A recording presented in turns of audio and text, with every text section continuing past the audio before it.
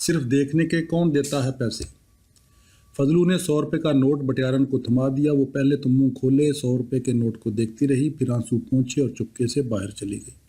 فضلو دیر تک وہیں کھڑا رہا، پھر اس نے دیا بجھایا اور یوسف کے کمرے میں آیا۔ وہ سو رہا تھا۔ فضلو کو اس کے چہرے کے ارد گرد ایک ہالہ نظر آنے لگا۔ اس کے ماتھے میں سے لالٹین کی سی روشنی نکل رہی تھی۔ کتنا اچھا ہے میرا صاحب، کتنا پیارا ہے، کتنا نیک ہے۔ اللہ یہ صابن کبھی ختم نہ ہو، اللہ یہ جڑی کبھی نہ رکے، اللہ صاحب کبھی یہاں سے نہ جائے۔ وہ چپ چاپ باہر آ گیا۔ آج وہ نئی عورت کے لیے باہر سڑک پر آیا ہی تھا کہ ایک دم بادل چھٹ پڑے اور سڑک پر جاتی ہوئی عورت گھبرا کر پرانے کہو تلے آ گئی۔ وہ کوٹری کی طرف بھاگنا چاہتا تھا، مگر اس عورت کو دیکھ کر اس نے قسمت آزمائی کی ٹھانی۔ دبلی پتلی سی تھی، مگر ناک نقشہ ایسا کہ معلوم ہوتا تھا چینی کی گڑیا میں جان پڑ گئی ہے۔ وہ اس کے پاس گیا۔ کہاں جانا ہے بہن؟ میاں والی جانا ہے، وہ پوٹلی کو دامن تلے چھپاتے ہوئے بولی۔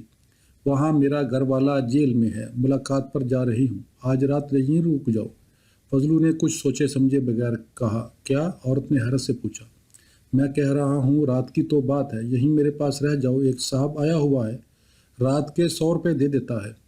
عورت تن کر کھڑی ہو گئی، پوٹلی نیچے گرا کر ایک طرف کھل گئی اور اس میں سے دیہاتی بسکٹ گگڑے جھانکنے لگے۔ اس نے چلا چلا کر فضلو کو اتنی بہت سی گالیاں دی کہ وہ وہاں سے گھبرا کر بھاگا۔ اپنی ماں کو لے آ، اپنی بہن کو بلا لا، اپنی بیوی سے کہہ۔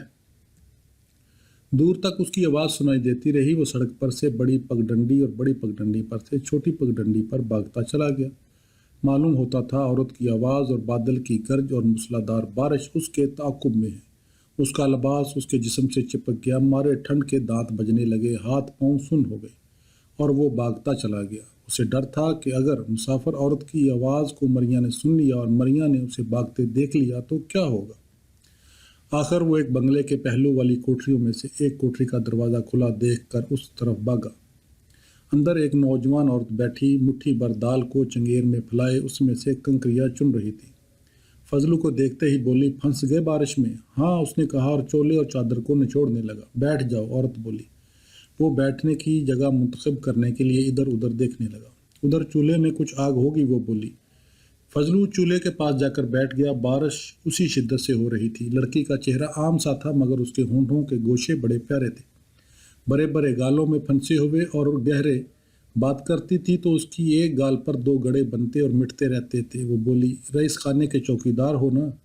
ہاں، اس نے حیرت سے کہا اور پھر سوچا، یہ تو بہت بری بات ہوئی، یہ تو مجھے پہچانتی ہے۔ یہاں کیا کرتی ہو؟ فضلو نے پوچھا۔ نوکرانی ہوں، بیگموں کے جسم دباتی ہوں، رات کو 10 روپے اور روٹی کٹ رہی ہے۔ اکیلی؟ ہاں، کوئی ہے ہی نہیں، سب ایک ایک کر کے مرتے چلے گئے۔ ماں یہیں پچھلے جمعے کو مری ہے، کفن بیگم نے دیا تھا۔ اس کی آنکھیں بھیگ گئی اور وہ دال میں سے کنکریاں چننے کے بجائے چہرے پر سے آنسو سمیٹنے لگی۔ فضلو کو یہ عورت بہشتوں اور بٹیارن سے کچھ الگ ہی معلوم ہو رہی تھی۔ وہ اس سے کچھ کہنے کی جرت نہ کر سکا۔ اس نے جی ہی جی میں اپنے آپ کو بہت کوسا کہ خواہ مخواہ مولوی بنا پھرتا ہے، اور اسے آج تک یہ بھی معلوم نہ ہوا کہ اس کیسر پر وہ کون سی عورتیں ہیں جو آسانی سے خریدی جا سکتی ہیں۔ مسافر عورت کی گالیاں ابھی تک اس کے دماغ میں سوئیوں کی طرح چبھی ہوئی تھی۔ وہ دیر تک لکڑی کے ایک ٹکڑے سے چولہے میں بجھے ہوئے انگاروں کو الٹتا پلٹتا رہا۔ پھر جب کافی دیر کے بعد بارش تھمی تو وہ اٹھا۔ جاتے ہو؟ عورت نے پوچھا۔ باہر آتے ہی اس نے اپنے آپ کو بڑا بزدل محسوس کیا۔ اگر وہ یہاں سے کچھ کہے بغیر پلٹ گیا تو پھر اور کون ہے کیسر بر میں؟ کیا وہ مریا سے جا کر کہے گا؟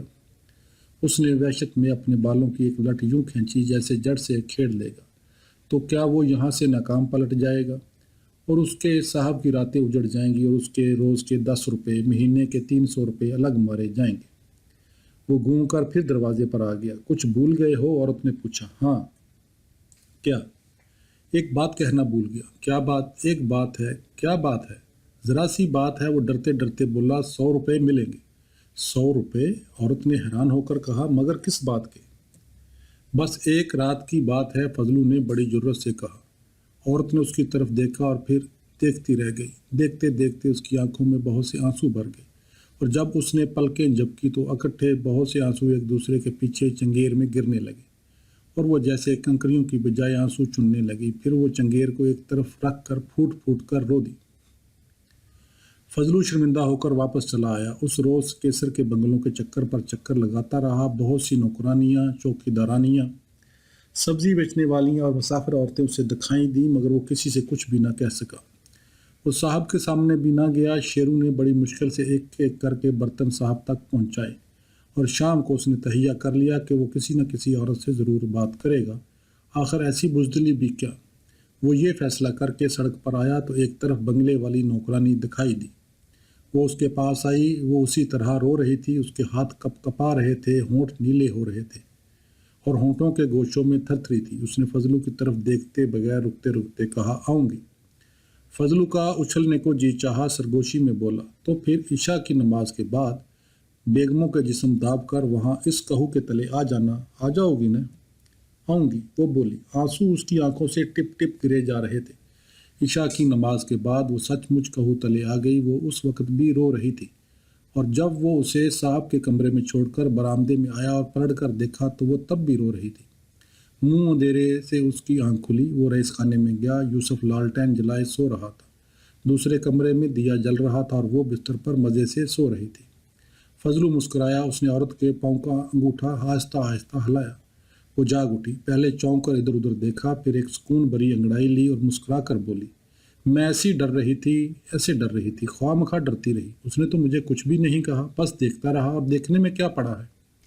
مسکراتے ہوئے اس نے چادر اوڑھی، مسکراتے ہوئے اس نے 100 کا نوٹ لیا، مسکراتے ہوئے باہر چلی گئی، اور فضلو کو محسوس ہوا جیسے اس نے 300 روپے چولہے میں جونک دیے ہیں۔ 300 روپے 15 بیسیاں، جن سے وادی میں ایک کچا گروندہ بن سکتا ہے، اور اگر 300 اور مل جائیں تو ہل اور بیل خریدے جا سکتے ہیں، یہاں دال گڑ کی ایک دکان کھل سکتی ہے۔ اور پھر وہ کچھ کہتا تو ہے نہیں کسی سے، بس دیکھتا ہے، جانے کیا دیکھتا ہے، اپنی مریم کی صورت دیکھتا ہے یا اللہ کی قدرت دیکھتا ہے، بس دیکھتا ہی ہے نا، کچھ چھین تو نہیں لیتا، کوئی خرابی تو نہیں کرتا۔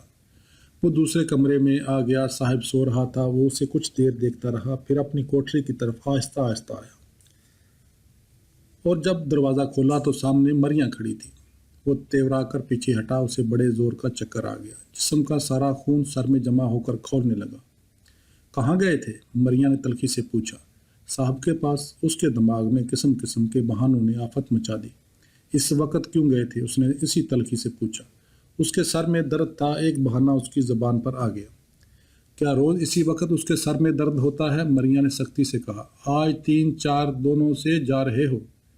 فضلو نے دروازے کا سہارا لے لیا۔ اسے ایک اور بڑے زور کا چکر آ گیا تھا۔ گھبراہٹ پر بڑی مشکل سے قابو پاتے ہوئے بولا، ہاں کچھ ایسا ہی درد ہے، اس وقت ہوتا ہے۔ اور یہ رئیس خانے میں سے ابھی نکل کر کون گیا ہے؟ مریاں کے لہجے میں چھریاں تھی۔ کہو گے یہ صاحب کے سر کا درد تھا۔ فضلو نے محسوس کیا جیسے اس کا دل پسلیوں کو توڑ کر باہر گر پڑے گا اور اس کا بیجا تالو کو پھاڑ کر اوپر اڑ جائے گا، لیکن اس نے ایک دم بڑے زور کا کھسیانہ کہکا لگایا اور بولا، چلو تمہیں ساری بات بتا ہی دوں، تم سے کیا پردہ، بالکل ذرا سی بات ہے، کوئی ایسی ویسی بات نہیں، راستہ دو۔ مندر کھاٹ پر بیٹھ گیا۔ شیرو سو رہا تھا۔ چراغ کی لو بے تحاشا بڑی ہوئی تھی اور کھڑکی کا ایک پٹ ذرا سا کھلا تھا۔ مریاں اپنی کھاٹ پر بیٹھنے لگی تو فضلو نے اسے ہاتھ سے پکڑ کر اپنے پاس گھسیٹ لیا۔ ادھر میرے پاس بیٹھو، 3 دن سے سور کی بچی نے ایک چمی تک نہیں دی۔ حرام زادے گالی بکتا ہے، وہ بولی۔ اب بتا کیا بید ہے؟ راتوں کو اٹھ کے جانے میں تم سمجھتے ہو میں سوتی رہتی ہوں؟ آج بھی تمہیں باہر جاتا دیکھا تو کہا لاؤ ذرا دیکھوں تو یہ جاتا کہاں ہے، اور جو دیکھا تو ایک عورت اندر سے نکلی اور سڑک کی طرف چلی گئی۔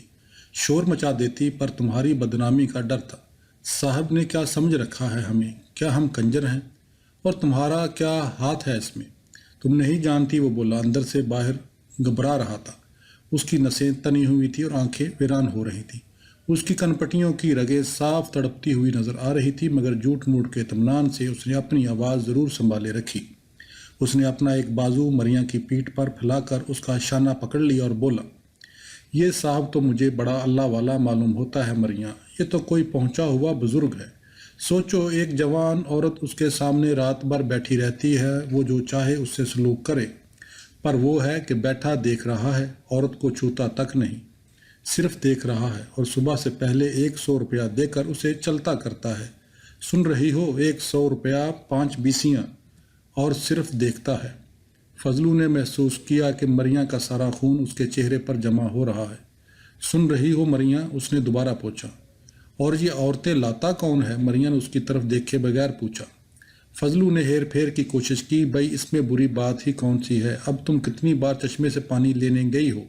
کتنوں نے تمہیں دیکھا ہے؟ تو کیا میں سب کی آنکھیں نکال لوں؟ دیکھنے میں کیا رکھا ہے؟ اور صاحب عورتوں کو صرف دیکھتا ہے۔ اس نے 30 روپے نکال کر مریاں کی گود میں رکھ دیے۔ مریاں نے نوٹوں کو نفرت سے نیچے گراتے ہوئے کہا، پر لاتا کون ہے عورتیں؟ بھائی کوئی بھی لائے، وہ کچھ کہتا تو ہے نہیں، تکتا ہے اور 100 روپے نکال دیتا ہے۔ ایک لمحے کے توقف کے بعد وہ آہستہ سے بولا، میں ہی لاتا ہوں۔ مریاں نے فضلو کا ہاتھ اپنے شانے پر سے جھٹک دیا اور ایک دم رونے لگی۔ فضلو مریاں سے لپٹ گیا، اس کی پیٹھ اور گردن اور بالوں کو چوما اور بولتا چلا گیا، مجھے خدا کی قسم مریاں، قرآن کی قسم مریاں، مجھے تمہاری قسم، آج تک 3 عورتیں لایا ہوں اور تینوں پاک صاف واپس گئی ہیں۔ ایک بیچتو ہے، ایک سرائے والی بٹیارن ہے، ایک ادھر ایک دکھنی بنگلے کی نوکرانی ہے۔ تینوں 300 روپے لے گئیں اور وہ انہیں دیکھتا رہا، بس دیکھتا رہا۔ سن رہی ہو؟ اس نے انہیں چھوا بھی تو شیرو مرے، میں مروں تم مر جاؤ۔ مریاں نے آنسو پونچھے اور بولی، پتہ ہے تو کس کا بیٹا ہے؟ فضلو ہنسا، تو کون کہتا ہے میں اچھی بات کر رہا ہوں؟ اور یہ بھی کون کہتا ہے کہ میں کوئی بری بات کر رہا ہوں؟ بری بات تو ہے ہی، مریاں نے کہا، مگر اب اس کا لہجہ اتنا سخت نہ تھا۔ کیسے بری بات ہے؟ اس نے مریاں کو اپنی طرف کھینچ کر مجبور کر دیا کہ وہ اس کے سینے کا سہارا لے کر بیٹھے، اور وہ بیٹھ گئی۔ ایک عورت کو سامنے بٹھا کر کچھ دیر دیکھتا ہے اور اسے 100 روپے دے کر اپنے کمرے میں آ کر سو رہتا ہے۔ بتاؤ اس میں کون سی بری بات ہے؟ مریاں خاموش رہی۔ میں تو کہتا ہوں کہ بہشتوں کی جگہ پہلے دن سے تمہیں کو وہیں بٹھا دیتا تو کچھ ایسی خراب بات نہ تھی۔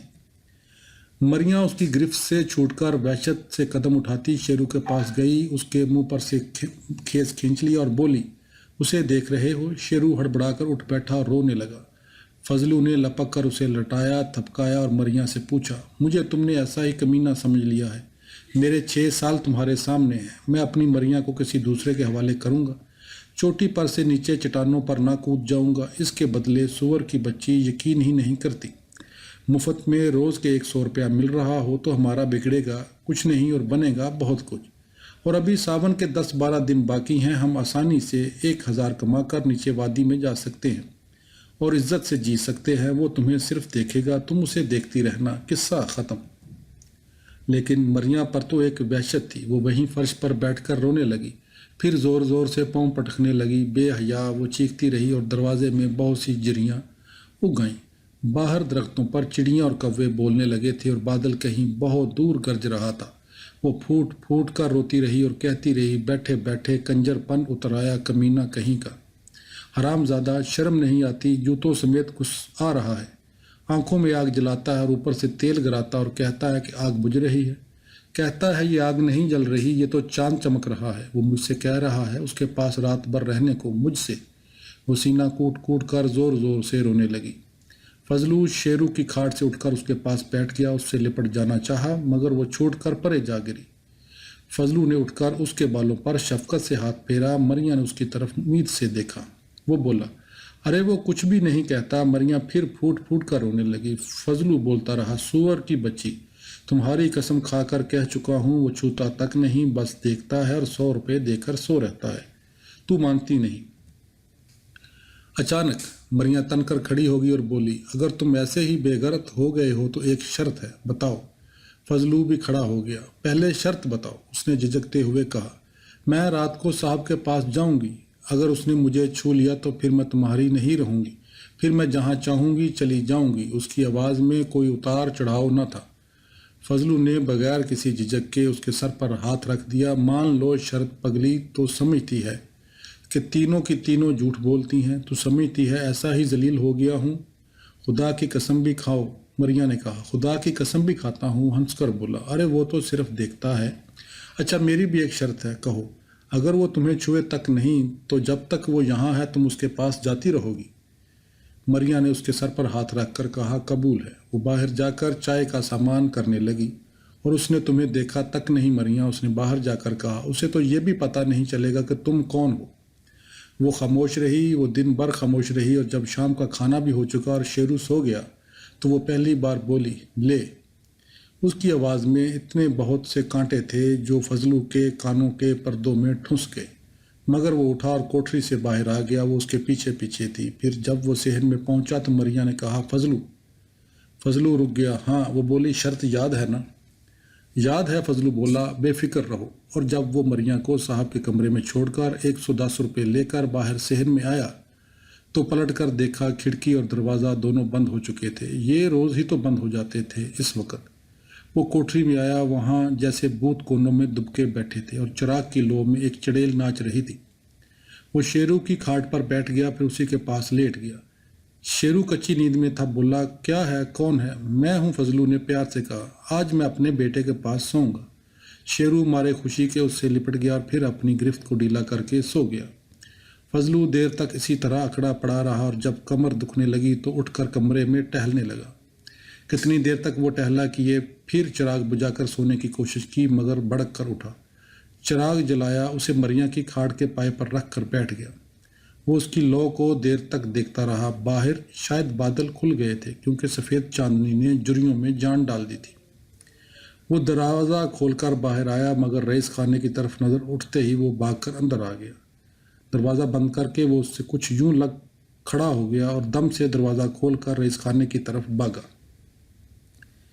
ایک موٹر رئیس خانے کے پہلو سے نکل کر سڑک پر آ گئی اور ناگن کی طرح تیزی سے نیچے وادی کی طرف تیر گئی۔ فضلو پاگلوں کی طرح سرپٹ بھاگا۔ رئیس خانے کا دروازہ بند تھا۔ اس نے دروازے کو گھونسوں سے کوٹ ڈالا۔ مریا، وہ چلایا، اور مریا کے نام کے حروف بہت سی نیچی اونچی چیخیں بن کر پہاڑوں میں بجنے لگی۔